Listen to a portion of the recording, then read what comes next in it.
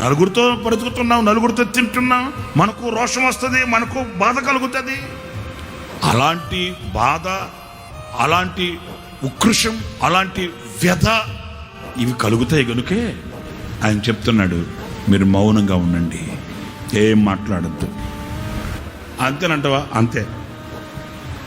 నువ్వు కదలొద్దు, మెదలొద్దు, చెల్లించవద్దు, కుంగిపోవద్దు, ఆలోచించొద్దు, అసలు దాని సంగతి పట్టించుకోవద్దు. నాకు వదిలే, నువ్వు మౌనంగా ఉండు. బాకుపోట్లు లాంటి మాటలు, కత్తులు లాంటి సూపులు ఏంటి ప్రభు అంటే, అరిపిచ్చోడా నువ్వు మౌనంగా ఉండి చూడరా, నువ్వు మౌనంగా ఉండి చూడు.